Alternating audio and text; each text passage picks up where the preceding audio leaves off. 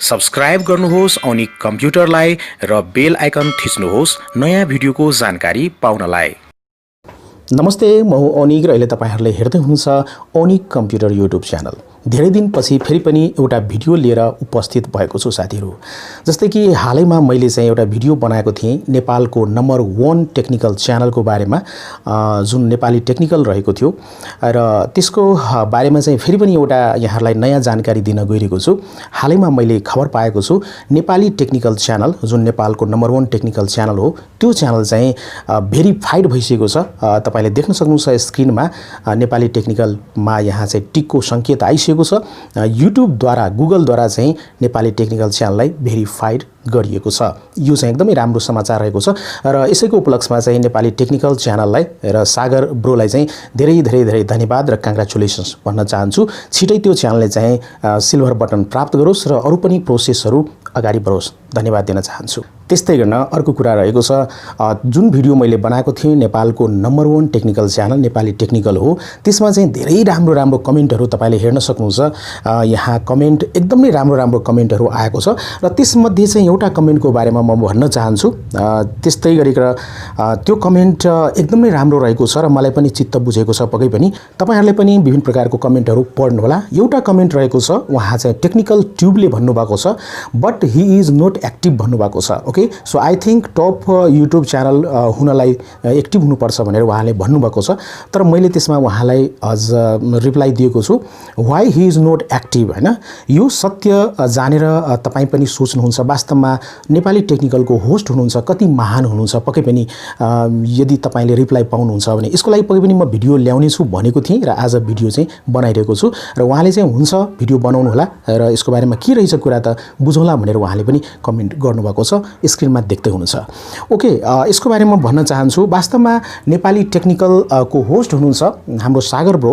उहाँ किन महान हुनुहुन्छ त पक्कै पनि यो जान्नको लागि यो भिडियोलाई अन्तसम्म हेर्नुहोला, किनभने प्रस्तुत गर्छु उहाँ किन एक्टिभ हुनुहुन्न अहिले र त्यो एक्टिभ नहुनुको कारण जान्नुहुन्छ भने पक्कै पनि तपाईले पनि सोच्नुहुन्छ कि ही इज ग्रेट भनेर। एकदमै ही इज ग्रेट युट्युबर सोच्नुहुन्छ पक्कै पनि। ओके, सो यसको बारेमा यो भिडियोको अन्तमा म कुरा गर्नेछु। त्यो भन्दा पहिले आज चाहिँ च्यानल मोनेटाइजेसनको बारेमा छोटो जानकारी यहाँलाई दिन चाहन्छु।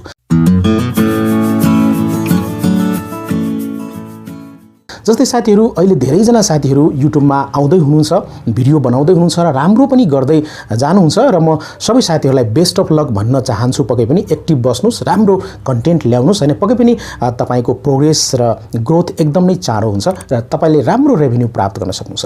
त्यसमा पहिलेको जुन बितेका दिनहरु छन् त्यो दिनहरुमा र अहिलेको दिनमा जुन मोनेटाइजेसनको कुराकानी गर्दाखेरि धेरै फरक रहेको छ। पहिले मोनेटाइजेसन एकदमै सजिलो तरिकाले गर्न सकिन्थ्यो भने अहिले चाहिँ हामीले धेरै नै समस्याहरू भोग्नु पर्ने देखिएको छ। अहिले यहाँहरुलाई थाहा होला कि च्यानललाई मोनेटाइज गर्नको लागि हामीलाई चाहिँ च्यानलको रिक्वायरमेन्ट पूरा गर्नुपर्ने हुन्छ, 1000 सब्स्क्राइबर बटुल्नु पर्ने हुन्छ र त्यसमा 4000 घण्टा वाच टाइम पूरा गर्नुपर्ने हुन्छ 1 वर्षको ड्युरेसन भित्रमा। अनि तपाईको च्यानल चाहिँ रिभ्यूमा जान्छ, रिभ्यूमा एप्रुभ भइसकेपछि तपाईको च्यानल मोनेटाइज हुन्छ। मोनेटाइज भइसकेपछि तपाईको च्यानलमा अर्निङ सुरु हुन्छ। अर्निङ जब सुरु हुन्छ $10 पुग्छ अथवा $10 भन्दा माथि नै पुग्न जान्छ, त्यतिबेला चाहिँ गुगलबाट तपाईले मेल पाउनुहुन्छ कि अब तपाईले चाहिँ आइडेन्टिटी भेरिफाई गर्नुपर्ने हुन्छ। आइडेन्टिटी भेरिफाई गर्नुस् भनेर त्यहाँ मेल आएको हुन्छ। वास्तवमा हाम्रो एडसेन्स अकाउन्टमा पनि त्यहाँ चाहिँ तपाईले लिंक देख्न सक्नुहुन्छ हैन, टेक एक्सन भनेर।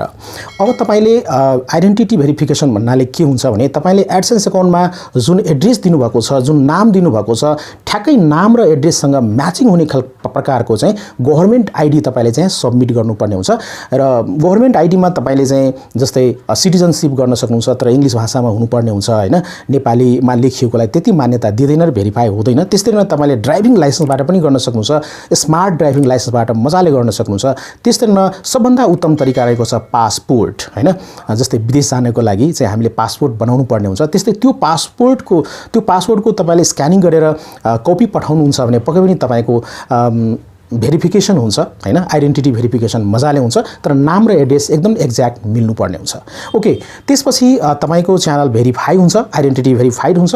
आइडेन्टिटी भेरिफाइड भइसकेपछि तपाईले त्यहाँबाट फेरि पनि इन्फर्मेसन पाउन सक्नुहुन्छ कि अब तपाईले आफ्नो चाहिँ पेमेन्ट एड्रेस भेरिफाई गर्नुस् अथवा एड्रेस भेरिफिकेसन गर्नुस् भनेर। अनि त्यहाँ लेखिएको हुन्छ कि तपाईलाई चाहिँ हामीले मेल गरिसकेको छौँ तपाईको पिन कोड भनेर हैन, र तपाईले 2 देखि 4 हप्तामा पिन पाउन सक्नुहुन्छ आफ्नो पोस्टल कोडमा। अब त्यो पोस्टल कोडमा हामीले चाहिँ 2 महिना लगभग नेपालमा त ठाउँ अनुसारले हुन्छ, दुर्गम जिल्लाहरुमा त अलि टाइम लाग्छ, त्यसकारणले ठाउँ अनुसारले तपाईले कोड पाउन सक्नुहुन्छ 1 महिना भित्र अथवा 2 महिना भित्र अथवा 3 महिना भित्र। 3 महिना पनि लाग्न सक्छ सिचुएसनली हैन, जोग्राफिकल अनुसारले नेपालको ठाउँ अनुसारले। त्यस्तै गरी तपाईले पिन पाउनुहुन्छ। पिन भेरिफाई भइसकेपछि तपाईको पेमेन्ट एड्रेस भेरिफाई हुन्छ र यसरी थ्रेशहोल्ड अमाउन्ट युट्युबको $100 रहेको छ र यसरी तपाईले $100 पुगिसकेपछि तपाईले रेभेन्यू प्राप्त गर्न सक्नुहुन्छ। तर रेभेन्यू प्राप्त गर्ने अब अहिले मेथड चाहिँ फरक गरिएको छ। जस्तै कि वेस्टर्न युनियन धेरै जनाले सेट गर्नुभएको छ, तर अब वेस्टर्न युनियन चाहिँ युट्युबले हटाइरहेको छ। अहिले हामीले चाहिँ ब्याङ्क एकाउन्टलाई मात्र लिङ्क गर्न सक्छौं र अर्को पनि रहेको छ चेक, त्यो चेकमा नजाउँ हैन।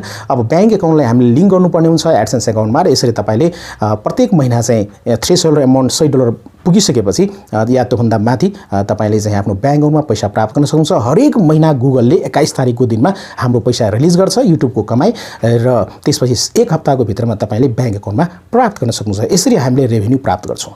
अब कुरा आउँछ साथीहरु अन्तमा कि वास्तवमा नेपालको नम्बर 1 टेक च्यानल जुन रहेको छ नेपाली टेक्निकल, वास्तवमा त्यो च्यानलमा के हो त? किन त्यो च्यानलको होस्ट जुन हाम्रो प्रेम सागर ब्रो हुनुहुन्छ उहाँ महान हुनुहुन्छ त? जस्तै कि हामीले च्यानल बनाउँदाखेरि पक्कै पनि हाम्रो एउटा उद्देश्य हुन्छ। सायद मलाई लाग्छ यो संसारमा जतिजना युट्युबर साथीहरु हुनुहुन्छ उहाँहरुले युट्युब च्यानल खोल्नुहुन्छ भने पक्कै पनि के हुन्छ भने प्राइमरी एउटा के हुन्छ भने उद्देश्य पैसा कमाउने, रेभेन्यू कमाउने हैन। तर नेपाली टेक्निकल च्यानल किन एक्टिभ छैन भन्दाखेरि उहाँले आफ्नो च्यानलबाट विगत 2 वर्षदेखि कुनै पनि रेभेन्यू प्राप्त गर्नु भएको छैन र अहिले पनि प्राप्त गर्नु भएको छैन, पक्कै पनि अहिले पनि प्राप्त भइरहेको छैन। बिना रेभेन्यू उहाँले चाहिँ युट्युब च्यानलमा काम गर्दै हुनुहुन्छ। म रेभेन्यूको लागि काम गर्छु, आफ्नो युट्युब च्यानलबाट रेभेन्यू प्राप्त हुन्छ, तपाईको पनि च्यानलबाट तपाईलाई रेभेन्यू प्राप्त हुन्छ। तर नेपाली टेक्निकल च्यानल जुन नेपालको नम्बर 1 टेक्निकल च्यानल हो, उहाँ चाहिँ बिना रेभेन्यू युट्युब च्यानलमा काम गर्दै हुनुहुन्छ। यहाँहरु माझ भिडियो ल्याउनुहुन्छ, पक्कै पनि उहाँ एक्टिभ हुनुहुन्न, तर पक्कै पनि बेला बेलामा उहाँले भिडियो बनाउनुहुन्छ। कन्ट्याक्ट मैले गरेको छु, उहाँले भिडियो ल्याउनुहुन्छ यहाँहरुको लागि। त्यसकारणले गर्दाखेरि वास्तवमा म त त्यो युट्युबरलाई महान भन्छु जसले चाहिँ तपाईलाई निस्वार्थ कुनै रेभेन्यू नकमाइकन चाहिँ उहाँले मेहनत गर्नुहुन्छ र भिडियो बनाउनुहुन्छ यहाँहरुको लागि। कसरी उहाँ महान हुनु न त हैन? म महान छुइन, किन भन्दाखेरि मैले त रेभेन्यूको लागि काम गर्छु, पैसा प्राप्त गर्नको लागि काम गर्छु हैन, निस्वार्थ काम गर्दिन, स्वार्थको लागि काम गर्छु।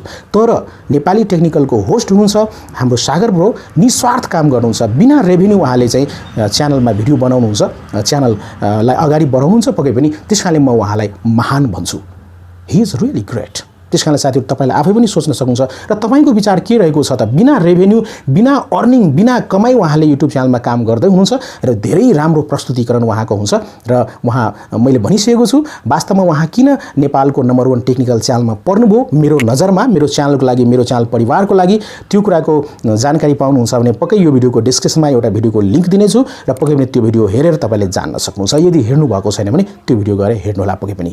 हुन्छ साथीहरु, एकदम नै खुसी लाग्यो यहाँहरुसँग भेटघाट गरेर। नेपाली टेक्निकल च्यानलमा गएर अवश्य नै भिजिट गर्नुस् र तपाईले त्यहाँ पनि कमेन्ट लेख्नुस् र यो भिडियोमा पनि कमेन्ट गर्नुस् कि तपाईलाई नेपाली टेक्निकल च्यानल कस्तो लाग्छ र वास्तवमा उहाँ महान हुनुहुन्छ कि हुनुहुन्न। यो कारणले गर्दाखेरि र धेरै जना युट्युबर साथीहरुले पैसाको लागि काम गर्नुहुन्छ तर उहाँले होइन, नामको लागि मात्रै काम गर्दै हुनुहुन्छ, त्यसै कारणले उहाँ महान हुनुहुन्छ भन्ने मेरो सोच रहेको छ। तपाईहरुको सोच फरक हुन सक्छ, तर मेरो मान्यतामा चाहिँ यो चाहिँ सत्य कुरा रहेको छ भन्दै आजको यो भिडियोबाट म बिदा लिन चाहन्छु। Take care, good by, Jay Nepal.